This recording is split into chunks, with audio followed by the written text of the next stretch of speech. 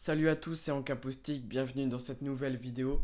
Aujourd'hui, on va parler d'un retour d'expérience. Je suis retourné voir un battle et fallait que j'en parle. Dès que j'ai été sur place, je me suis dit, il faut que je le raconte sur YouTube. Parce que, pourquoi je me focalise sur cet événement-là? Parce que ça n'arrive plus autant qu'avant, le fait que j'aille voir un battle. Depuis que je suis dans ce truc-là de jazz, de contemporain, je me suis un peu écarté de ce milieu-là, pas par rejet, mais par manque de temps. J'étais pas concentré sur ce milieu-là, cette culture-là. J'étais sur autre chose, et ce qui a fait que j'ai moins fait de battle, et même je suis moins allé voir des battles. Et donc là, ça faisait peut-être un an, peut-être même plus, que j'avais pas été voir un battle hip-hop debout. J'avais vu des battles, je crois, dans. Et même, je suis pas encore sûr, dans ma ville, à Caen. Euh, mais entre guillemets, un battle avec des gens que je connais pas, un battle parisien, un battle hip-hop debout. Parce que peut-être les battles que je peux voir, c'est les battles d'SNT à Caen, donc des battles de break. Ce genre de battle-là, battle debout, hip-hop debout, ça faisait longtemps que j'avais pas été voir ça. Et c'est ma discipline principale, on va dire, depuis des années. Et donc, ça me fait toujours bizarre quand je renoue ce contact-là avec ce milieu. Et donc, qu'est-ce qui s'est passé dans ma tête? Comment j'ai vécu ça? Et si j'en parle aujourd'hui, c'est que ça m'a quand même fait quelque chose. C'est pas anodin le fait que j'en parle. C'est que ça provoque quelque chose de fort en moi. Quand je suis arrivé sur place, j'ai tout de suite euh, aimé l'ambiance. Ça me faisait penser aux ambiances des anciens battles que j'allais voir et je me sentais chez moi parce que c'était des codes que je reconnaissais, une musique que je reconnaissais, que j'écoutais tous les jours, une manière de danser que j'aime, un endroit dans lequel danser. euh, je vais pas dire que j'aime ça, mais je. Enfin, si, j'aime ça, c'est pas un théâtre, c'était sous un pont, à Saint-Ouen. Il y avait le périph' qui passait au-dessus, donc c'est vraiment très street. Et là, il y avait pas de théâtre, il y avait pas de lumière, c'était un battle de rue, quoi. Et c'est ce genre d'ambiance que, de temps en temps, j'apprécie. Euh, et donc, c'était hyper particulier d'arriver à cet endroit-là et de voir tous ces danseurs s'entraîner sur ce style de musique à tel endroit. C'était génial de retrouver ça tout de suite en arrivant. Je fais pas ce battle, je précise. Je suis juste observateur parce que c'était 5 euros et j'avais pas de 5 euros en cash sur moi. Tant pis. Euh, et même, je crois que j'ai quand même kiffé regarder l'événement. J'ai un peu dansé sur le côté, mais c'était pas l'objet de ma venue.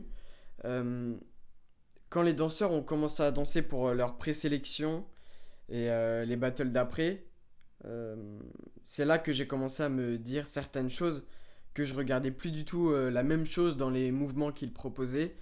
Je regardais moins la musicalité, pardon. J'étais un peu plus sur euh,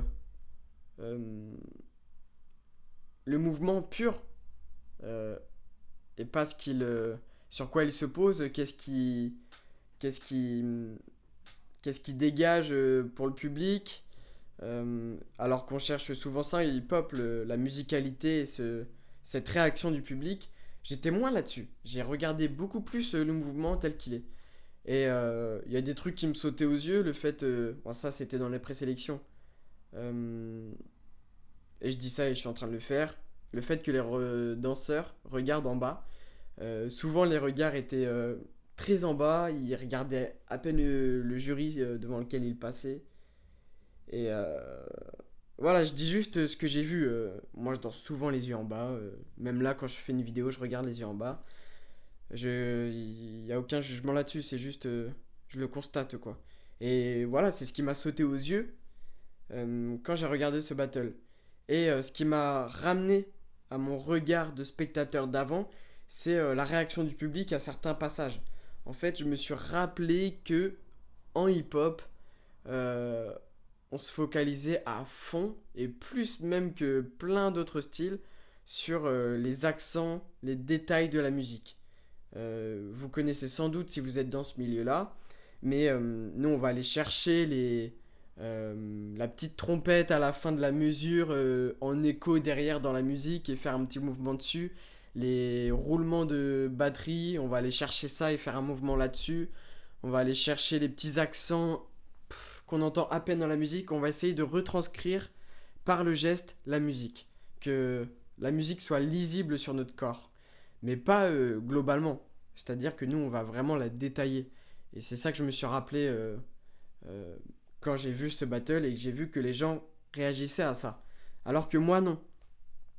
J'étais dans un autre regard.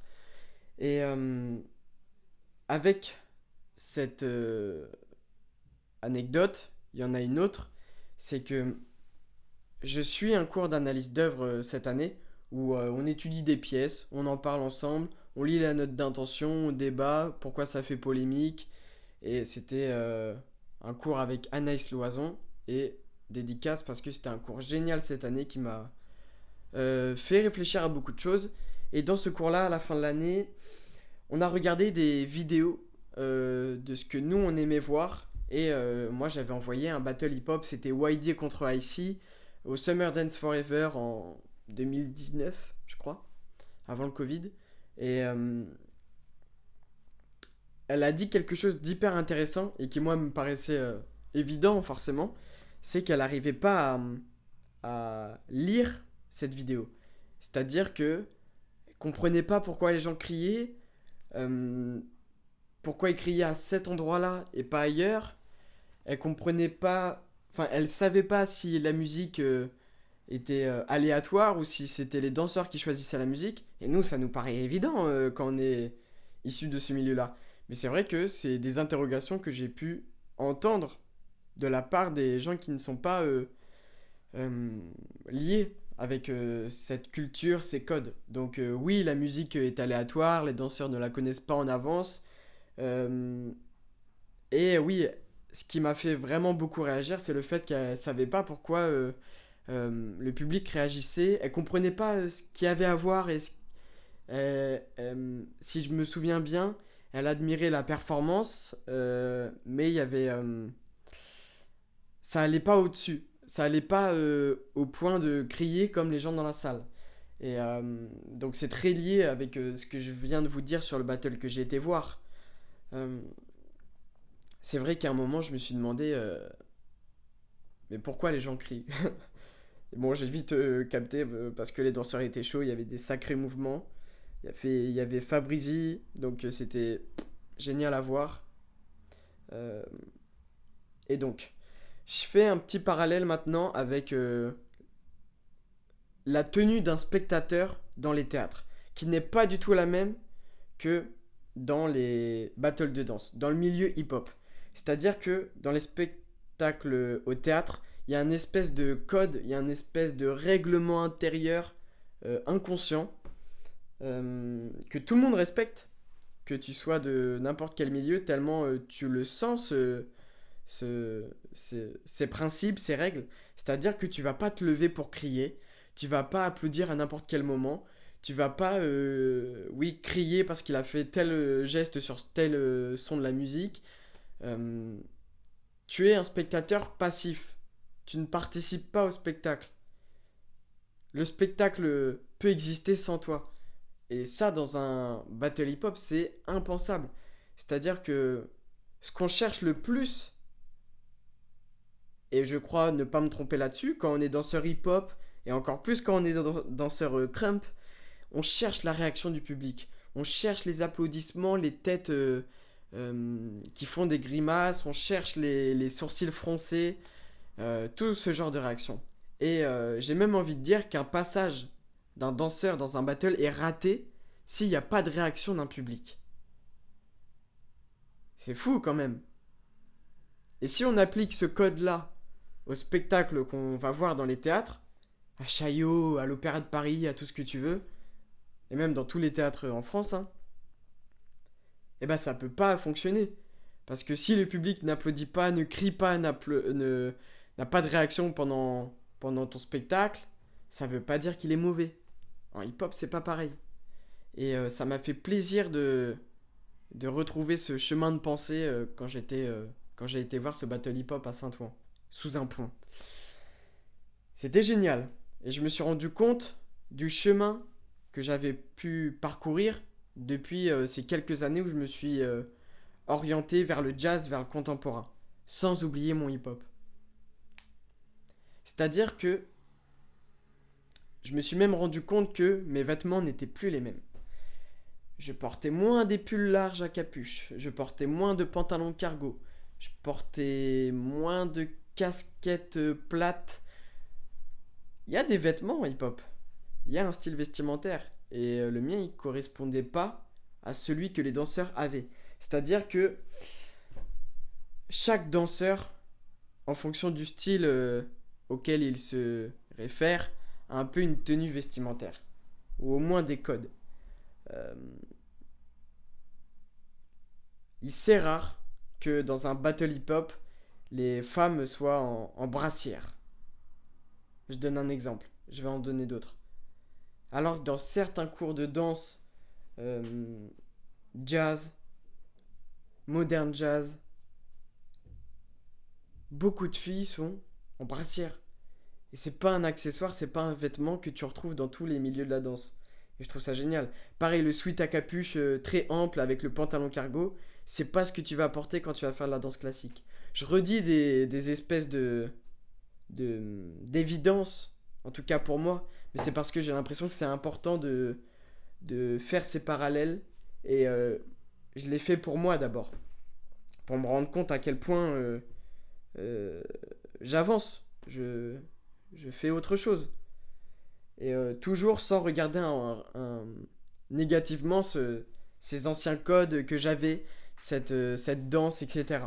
C'est toujours avec beaucoup de respect et de bienveillance, parce que c'est ce qui m'a amené à la danse, c'est ce qui m'a amené ici, donc à jamais je respecterai cette culture. Voilà.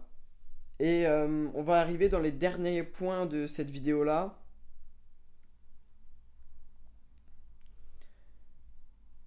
Beaucoup de fois, quand je suis allé dans un battle, je me suis questionné sur les musiques qui passaient. Et c'était pas n'importe quel battle, c'était un battle all style. Pour ceux qui ne le savent pas, un battle all style, si on traduit, c'est un battle tout style. Mais c'est un terme à prendre un peu avec des pincettes parce que c'est pas tous les styles de danse, c'est faux. Il faut qu'on soit clair, c'est faux. Il y a très peu de battle all style qui passent tous les styles de musique, qui acceptent tous les styles de danse. C'est un battle all style hip hop. Et je vais aller encore plus loin concernant le battle que je suis allé voir. C'était même pas un battle all style. C'était un battle hip hop debout, new style. Il n'y avait pas de break, il y avait 2-3 sons de popping, il n'y avait pas de locking, il n'y avait pas de house, il n'y avait pas de crump, il y avait je sais pas quoi, il n'y avait pas de... Si on se tient que à la culture hip hop et ce qui gravite autour, il n'y avait pas tous les styles de musique du hip hop. Il n'y avait même pas de trap, il n'y avait même pas ces sonorités là plus accélérées. C'était beaucoup de boom bap, c'était beaucoup de tempo entre 90 et 100 BPM. Donc c'est vraiment pas un battle all style pour moi. Et ça, il faut le savoir. Et peut-être que j'étais naïf quand j'étais dans d'anciens événements battle all style, mais je croyais vraiment qu'on passait tous les styles de musique. Et je suis pas là en train de prêcher pour ma paroisse, le jazz, modern jazz classique, je sais pas quoi. J'aurais très bien pu passer de la salsa, ils ne le font pas, de la drum and bass, ils ne le font pas, la techno, ils ne le font pas. Donc je m'interroge sur le terme all style. Est-ce qu'il colle vraiment à ce que les gens proposent? Et je vais... Ça, c'est pour la critique de la musique qui passait. Après, pour les danseurs, c'était peut-être un peu différent. Il y avait 2-3 breakers, il y avait 2-3 poppers, mais la plupart des autres danseurs, c'était des hip-hop debout, new style. Donc même au sein des danseurs, c'est un tout petit peu plus diversifié, mais c'est pas non plus all style. Et je m'en suis rendu compte aussi de cette évolution parce qu'à un moment j'ai dansé un peu sur le côté et je faisais des claquettes. Je faisais des ports de bras un peu classiques. Je faisais des quatrièmes jazz, etc. Je reprenais pas des steps du vocabulaire hip-hop, malgré que la musique était hip-hop. Donc ça, c'est purement une réflexion personnelle. Euh, J'arrive à maintenant à mélanger très clairement ces influences jazz, classique, modern jazz, dans ma danse, à le mélanger avec le hip-hop. Voilà. C'est tout pour mon retour d'expérience sur le battle que j'étais voir l'autre jour à Saint-Ouen, sous un pont. Ça m'a fait penser à beaucoup de choses concernant ma pratique actuelle, mon évolution depuis les derniers battles que j'ai fait, et même par rapport au milieu dans lequel je suis actuellement. Les choses évoluent, les choses avancent, la perception change. Et ça, je le savais, mais là, je le vois. Voilà, c'était en capostique. Merci d'avoir suivi la vidéo. À bientôt.